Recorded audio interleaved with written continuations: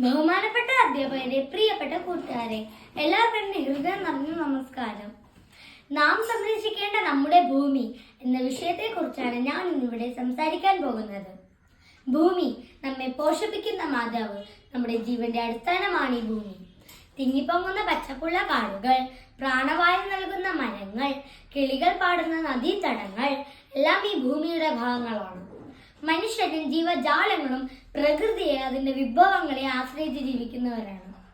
എന്നാൽ നമ്മുടെ നേട്ടത്തിനായി നമ്മൾ തന്നെ നമ്മുടെ ഭൂമിയെ നശിപ്പിച്ചുകൊണ്ടിരിക്കുകയാണ്.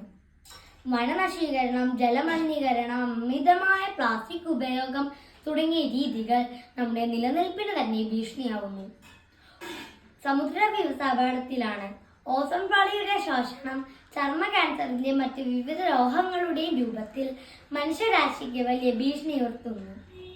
പട്ടണങ്ങളും വീടുകളും നിർമ്മിക്കാൻ നമ്മുടെ പച്ചപ്പ് നിറഞ്ഞ കാടുകളെ വെട്ടി നശിപ്പിക്കുന്നു. ഭൂമിയുടെ ശ്വാസകോശമാണ് ഈ വനങ്ങൾ. ഈ സന്ദർഭത്തിൽ ഇഞ്ചിക്കാട് ബാലചന്ദ്രൻ സാറിന്റെ "ഇനി വരുന്നൊരു തലമുറയ്ക്ക് ഇവിടെ വാസം സാധ്യമോ" എന്ന വരികൾ ഞാൻ ഓർത്തുപോകുന്നു. ഭൂമിയുടെ പ്രാധാന്യത്തെക്കുറിച്ച് ഓർമ്മിപ്പിക്കാൻ ഞാൻ ആഗ്രഹിക്കുന്നു. നമ്മുടെ വീടാണ് ഈ ഭൂമി. അതിനെ സംരക്ഷിക്കേണ്ടത് നമ്മുടെ കടമയാണ്.